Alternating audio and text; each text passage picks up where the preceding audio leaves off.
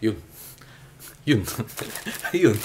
Okay, so meron tayong i-unbox or di bubuksan. Unboxing natin tong mga to. So, ito yung main event. Ayan o, sakto. Yung keyboard. May silbi ba yung mga ganyang klaseng keyboard? Na, syempre, ito yung stand. Bumili na ako ng stand kasi nabanggit ko nga nakaraan. At ito yung, well, pang-organize lang ng lamesa. Pero buksan ko na rin. Ayun na nga, habang ina-unbox ko to. Dapat di ko na siya unbox.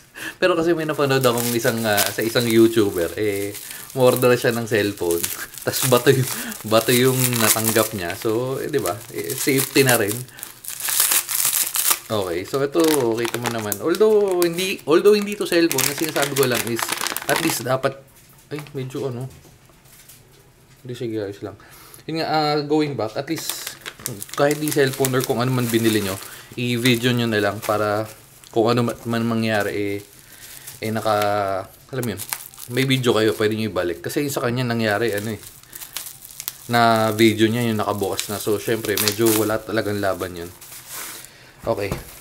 So, ayan. Ito nga, medyo basa, oh. Kita basa? Ayun, oh, yun. Medyo basa. Pero ayos lang. Dahil stand lang naman, dapat may, ayun. Okay, so tatapon na natin tong mga to dahil kalat lang yan. Na tayo magtatabi ng mga ganyan. Open lang natin.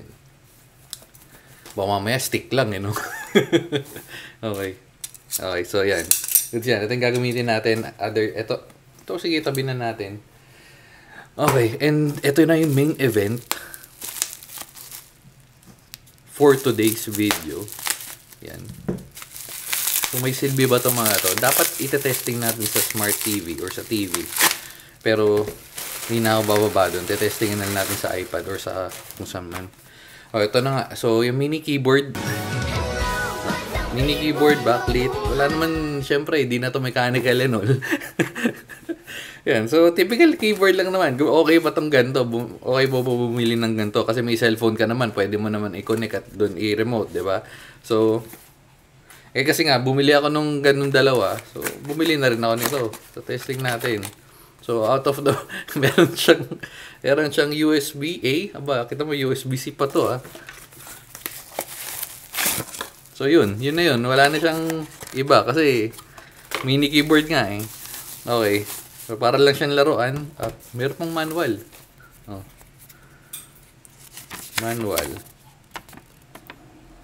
So, meron ka pang basic na manual, touchpad, connecting receiver, auto sleep, switching, charging battery, Bluetooth connection. Uy, FNF3. Okay, so ginigising na tayo. Dapat mag-alarm. Pagising na dapat tayo ngayon. Pero naunahan natin yung alarm natin. Kumbaga mindset ba? Ayan. Anyway, so ito na nga. So, when you connected to... talaga may dongle to? Pero sabi Bluetooth connect successfully when you connect 2.4. Okay. O, charot-charot niya lang yun. Pero nasa yung dongle. Kita mo naman. At saka maganda sa kanya, tingnan nyo naman, naka-ano pa yung battery niya, naka-cellphone battery na yung niya, hindi yung battery normal. So, yan. So, meron yung dongle. So, pwede nyo connect yung dongle. Kala ko joke-joke lang.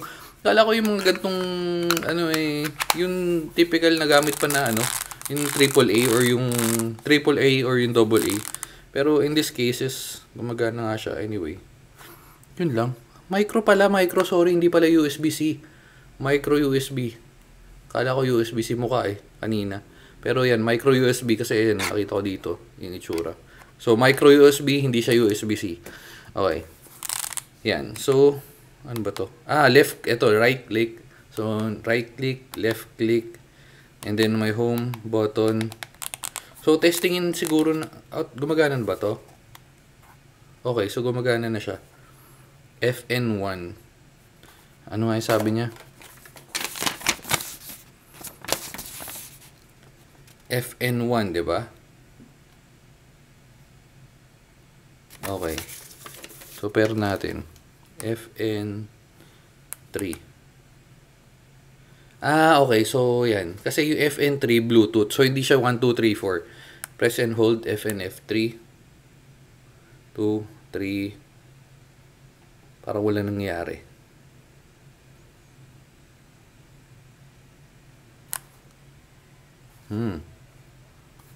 Isa pa. Or nagpe-pair na yan. So, kuha tayo ng device na magkoconnectan natin yan. Teka. Okay, so, going back. FN3. Ayan o. FNF3. Hold.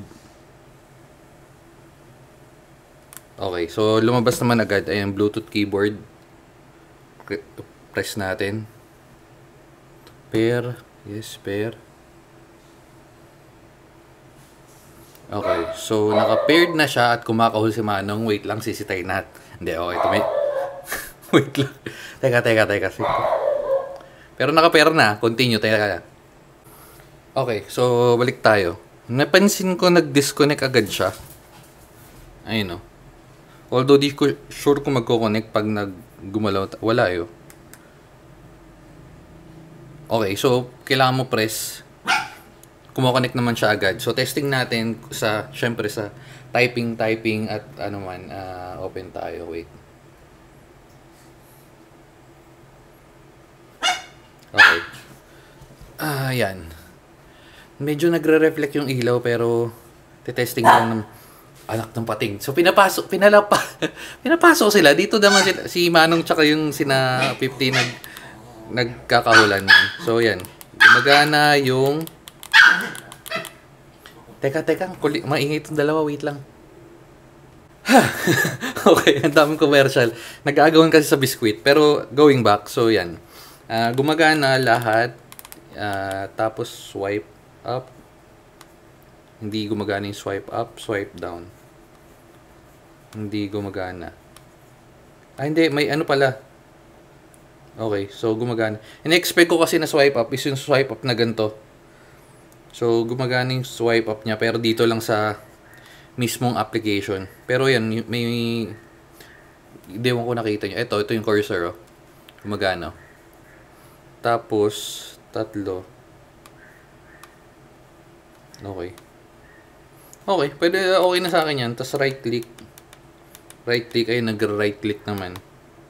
Left click, gumagana. Ano pa ba? Feeling ko magagamit nga to sa lalo sa ano, kung wala kayong or kung nawala niyo yung remote nyo, lalo nagko-nanood kayo sa YouTube, lalo na sa mga smart TV, medyo mapapakinabangan to. At maganda pa, magkano lang to is, wait, parang nasa less than 200 lang yan eh. Pagkakatanda ko, akong tama ang pagkakatanda ko, wait.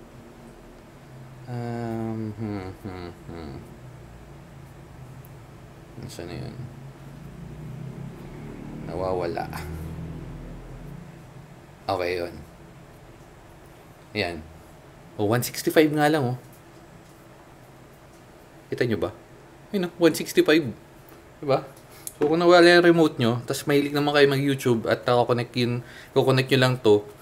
Kung gaano lang to katagal, hindi ko masasagot, pero iba ka i-connect natin sa TV sa baba. Pero hindi kasi ako masyadong type doon kasi ang ginagawa ko, i-connect ko yung phone ko, and then sa phone ako mag-connect, and then i-display ko sa TV. So, anyway. Pero dito, sa part na to, yan. Gumagana naman siya. Tapos yung home, may nakita akong home. Hindi gumagana yung home. Pero siguro sa mga ibang device. Try natin sa susunod sa Steam Deck or sa laptop. Pero yun na nga. So, yun lang. 165. Sulit na sulit to. Para sa akin ha. Connect mo sa YouTube. Tapos meron ka pang ganyan. May left right lang. Pwede itong pamalit remote. Meron lang home. Uy, gumagana. Gumagana pala yung home. Ito. May mga buttons pala siya. O yun. Dahil gumana yun, check natin YouTube. Oops, YouTube.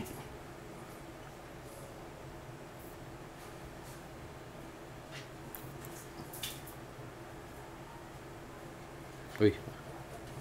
Hindi ako nakakonect. Wait lang. Connect ko lang. Okay, so medyo may ginawa tayo. Balikan na rin to.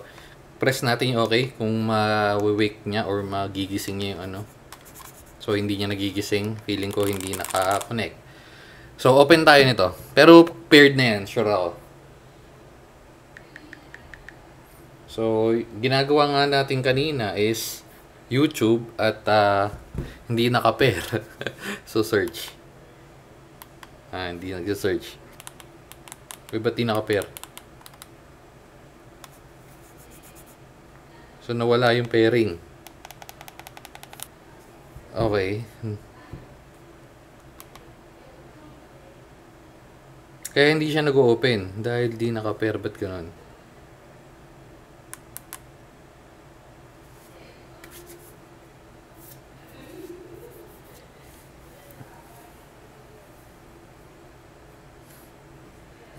Okay, so bago yun, may napansin ako kasi nag-disconnect siya agad. So, kaya tinanggal ko. Yan. Mapapansin nyo to, kanina hindi masyado halata. Pero yun, slow blink, ibig sabihin parang naka-paired pa siya. But in this case, hindi siya nagko-connect eh. So, ginawa ko, tinanggal ko. And then, SN of hold natin uli. Yan. So, yan, blinking na mabilis na siya, meaning pairing.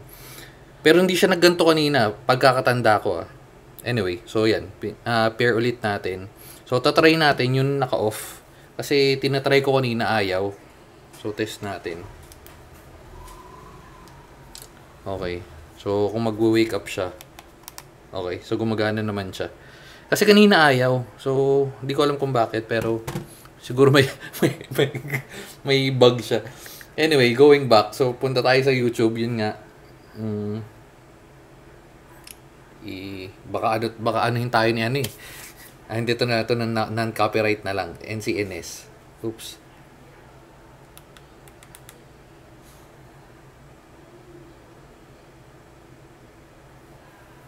Non-copyright music. Yan.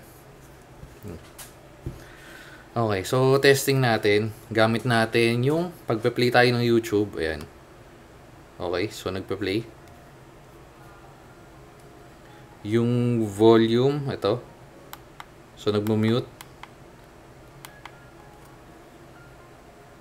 Home. Bumabalik. So, balik lang natin siya. Palakihin. Oops. Okay. So, gumagana naman siya. Para sa akin, okay na to. Pero yun nga lang, medyo may isang... Feeling ko medyo may sablay. Kasi, nag-disconnect siya. Di ko alam kung bakit. Siguro nag-idle to ng mga more than 5 minutes. Pero papakiramdaman ko pa. So, tatry ko. Ito yung nakakonect ngayon sa testing natin sa iPad. Tsaka nakakonect kasi itong iPad sa ano kasi, di ba? Sa Magic Keyboard. Anyway, so yun lang. Para sa akin, okay na rin siya. Pero pinakamabilis kasi is talaga ito. Gagamit ako ng dongle. Pero tinesting nga natin yung Bluetooth just in case. Di ba? Kasi hindi naman lahat may dongle. Katulad nito. Perfect example, iPad. Meron tayong pang connect ng ano sa iPad. Pero yun nga. Ayun lang. So, pause. Paano bang pause dito? Ayun, ito nga yung pause. Oops, ay hindi. Ito pala ito, sorry. Ayun, ito. Natutuloy tayo. Ito pause, ito nakita na. Pause. Oh, yun, back. Oh, yan. Meron forward nga siya. May, Nina. Oops, makaka-copyright tayo ni Nina. Wag yan. Volume up, volume down. Diba? Basic control, gumagana naman siya. Para sa akin, sulit na to. Yun mga sa mga wala pang budget pag mechanical keyboard. ito muna tayo. Pero, di ba, goods na to.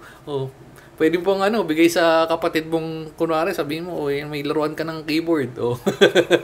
Yun lang, sige na. Bye-bye. Ay, thumbnail pala, no? Thumbnail. Oops. Thumbnail.